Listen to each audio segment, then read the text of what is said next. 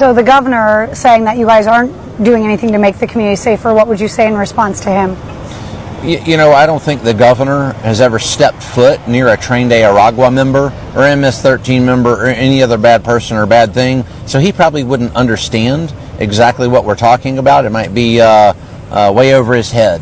But don't worry, Governor Pritzker, we've got it covered from here, and this is just the beginning. Tonight's just the beginning, and we're going to roll on and on. We are going to turn and burn, Governor. We're going from this one to the next, to the next, to the next, until they quit or are all deported and go home. And as far as him, he can either get on board or watch from the sidelines. Big breaking news. All hell is breaking loose here in Chicago.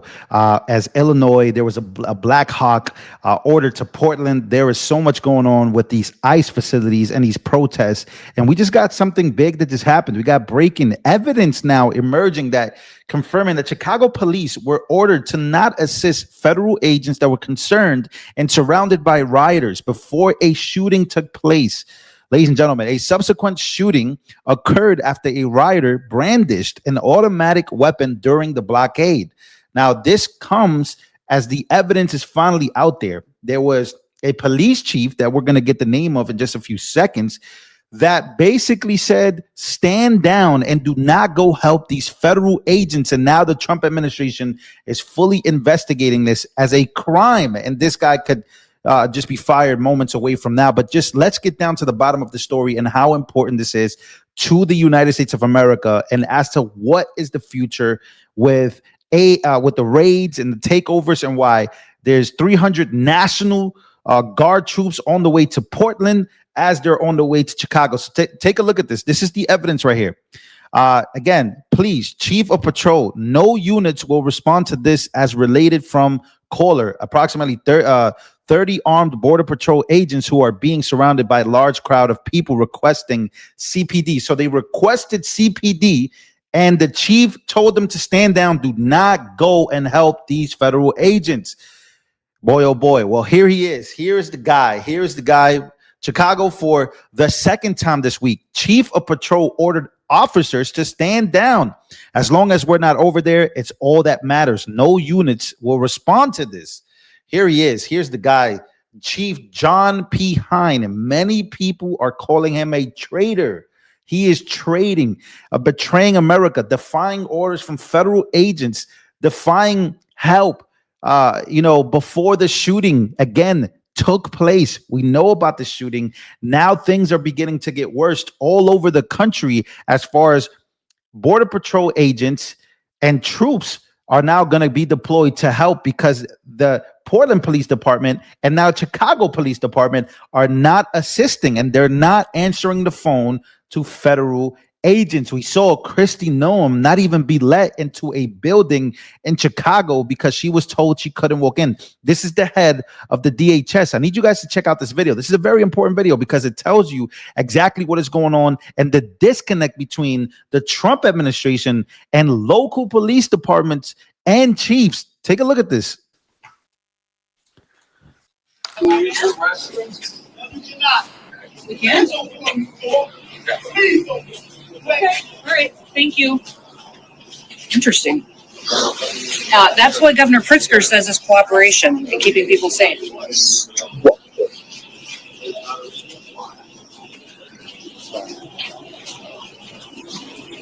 So why wouldn't they let you in? What's been going on here? What's been going on here, Secretary? We were coming to go out and do some operations to pick up some guys with criminal convictions on them, and the city police wouldn't even let us use a restroom. And you were just blocked by a worker here for the city? A worker at the municipal building here in Broadmoor would not allow us to go in and to use a restroom at the police station. So as much as these local leaders and governors talk about cooperating and having the backs of our law enforcement officers, this is what we have to put up with every single day. And all we're doing is getting criminals, terrorists, and cartels, and gang members off the streets to make families safer here. It's ridiculous. I mean, is impeding law enforcement? I mean, this is a real problem. This is a real problem. I'm so proud of our officers that deal with this every single day. They know that America's got their backs, but what they face here every day is real prosecution. Incredible. Yeah. Incredible. Wow. Municipal Broadview Building. What do you got? The Secretary of Homeland Before we Security. continue with this, I want to tell you guys something very important. Gold has gone mainstream. You're seeing it everywhere, and the prices keep climbing. Every day, more and more Americans are catching on to the power of gold. But how do you actually take advantage of this? How do you actually invest in a way that's safe, simple, and built for the long run? That's where Noble Gold comes in, and they help you. And I need you guys to listen to this, because Noble Gold specialists are trained to help investors like you go from confused to confident, from wondering what exactly is going to happen next to knowing exactly what to do. Whether you're looking to roll over an old 401k into gold IRA, or want physical coins and bars delivered right into your home, Noble Gold Investments makes the process simple, safe, and stress-free. You'll get a step-by-step guide, transparent pricing, and US-based services from a team that handles over 2.5 billion in precious metal transactions. With Noble Gold Investments protecting your growing wealth, isn't that their job? Yeah, it's their commitment. Visit noblegoldinvestments.com today to claim your free wealth protection kit. That's noblegoldinvestments.com. Noble Gold, helping you build a better and stronger future. All the links will be down in the description box below. There's phone numbers you can call. I'll see you guys there. The Secretary of Homeland Security not being able to get into a building to use the restroom tells you exactly what is happening in this country right now, and as to the separation and how divided we not only are, but how we live in different universes. To the Department of Homeland Security, the secretary, she is making the case that the people that they are getting are people who are very dangerous and got into this country within the last 4 years because of open borders, and they are now moving in to take them out. What they're arguing on the other side of the universe is that Black people are now being attacked and they're the ones being targeted, when in reality, that's not true. They went into a building, ended up taking everybody out the building because Mayor Brandon Johnson decided to put and let all these criminal, illegal aliens, the reason why I'm calling them that is because it's exactly what they are. Well, they're gang members, Trinidad gang members being targeted.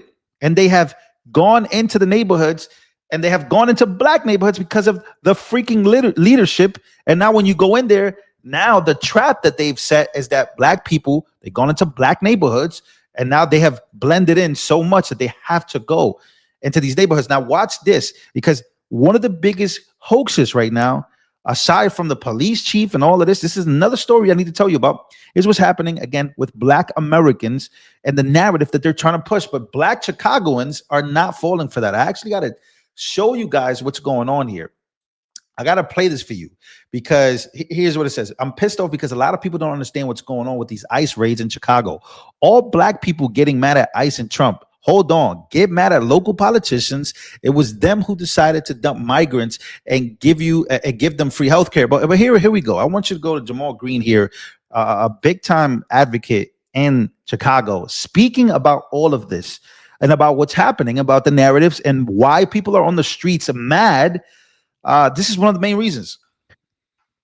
See, I'm pissed off because a lot of people out there are acting like they don't understand what is actually happening in the city of Chicago in regards to the ICE raids. Let me tell you something. Black people, again, are collateral damage in this. And all the Black people that are getting mad at ICE and Donald Trump, hold on, you got to get mad at the politicians right here locally, because it was the politicians right here in your city that decided to dump the migrant issue on the Black community like they do every single time. When they came across the border and checked asylum, they were able to come over into our city and get incentives like medical care, 6 months free rent, free transportation, free child care. We fed them each and every day. And those people that they were giving assistance to, they didn't go up to the north side and to the white community. All of the people out there protesting that are white, they didn't open up their doors for them, and they didn't want none of the shelters on their neighborhood. Guess where they opened up the shelters? In the Black community. Those same school buildings that they shut down in 2013 that were educating Black kids, they took those school buildings and they made them migrant shelters. And then they gave over $700 million to a company out in Florida to manage those shelters. They took the buildings that you've been asking for to be developed and build new housing, and they made them into migrant homes, giving them 6 months of free rent. They dumped the problem on Black community like they do every single time. When it was George Floyd riots, they closed downtown and pushed people to loot into the neighborhoods because they knew that people didn't care. Where was all the people right now? They weren't in our neighborhoods helping us open up back up our businesses. They were not in our neighborhoods helping us clean up. They weren't there. They weren't there. But it continues. Again, it continues because this is the main reason you see all these Antifa and all these people rioting against ICE. It's because they're saying that it's because of this. Chicago, you need to stop lying and saying, and people on this internet need to stop lying and saying that they're coming for black people. Yes, there was a building in a black community that was not majority black because it had been overran by illegal gang bangers. Let's be clear. So why everybody want to keep throwing that narrative around half of South Shore is fucking invaded by illegals. That's the truth. So don't get on here saying black people are being came for. They're coming because they're in our neighborhoods and our communities. That's why. So yes, they're going to go in buildings where black people live and sleep because they put them in buildings where black people live and sleep. South Shore, born and raised. I know what I'm talking about. Stop pushing that narrative because it's not correct. Wow. People are stepping up. And I actually want to go to a key moment here on CNN again. That I thought was very important because not only did Scott Jennings step up to the plate here to explain his position, but this is the position right now of far leftists. This is what they're saying is happening. And this is why you see not only a little bit of outrage, but now you see outrage like you've never seen before. They're trying to take control of the narrative without really explaining the details that are in the context of these individual stories about these ICE raids that I thought were very important. Take a listen. I know that Trinidad, Aragua, and gangs and whatever, it's a catch-all to treat people however you want, to go in there and shred the Constitution or whatever else it is that you want to do. What I'm asking you is this. Do you think that children should have been zip-tied and pulled out of an apartment complex and traumatized like that? Yes or no? I don't think children should be put in harm's way by transnational gangs. Just answer the question. Yes or no? Do you think that children? I don't accept the premise of your question. I'm asking the you government's not putting children in harm's way. Trinidad, Aragua. Real calm now. Real calm. Like they're the ones putting children in harm's way. Gentlemen and gentlemen, we have a responsibility for the way we treat people with the power that we have here in America. And we have a standard that we should treat human life with. And I'm asking you very clearly, concisely, should children be treated that way? Does Scott Jennings like that? I don't accept the premise of your question. All right, cool. I don't believe that the premise of your question is accurate. I would ask you back. Should children be allowed to live in an apartment building with Trinidad Aragua? Should the entire community of Chicago have to live with Trinidad Aragua because they hide behind these children? But here's the thing. What do you think? What do you think is happening here? Van Lathan, a former TMZ host who is now all about politics, he's here basically, again, putting out a false premise. Of course, we don't agree with that, children being treated that way. We don't want that. But how did we get here to begin with? He's talking about respect for human life. Bro, the last administration had no respect for human life. And it put this administration in harm's way. People are in harm's way right now because of the decisions that you guys make when you vote that way, knowing the type of danger that people are about to be in, especially knowing that you got Trinidad Aragua and you got MS-13 gang members entering the country, and they're going to be targeted. And if they're blending in with the community, as they always do back home where they're from, because we know this, we know the stories, we know Venezuelans speak about this, how they blend in, right? We talk about all of these things, but yet when it's time to use our common sense as to why these things are happening, I feel like we just lose common sense, which is why we're here. We got police chief defying the federal agents not showing up for them, knowing that all hell is about to break loose. So, ladies and gentlemen, make sure to comment down below. Let me know what you guys think about all of this. A lot of development news. Stick with me as I got more updates to come.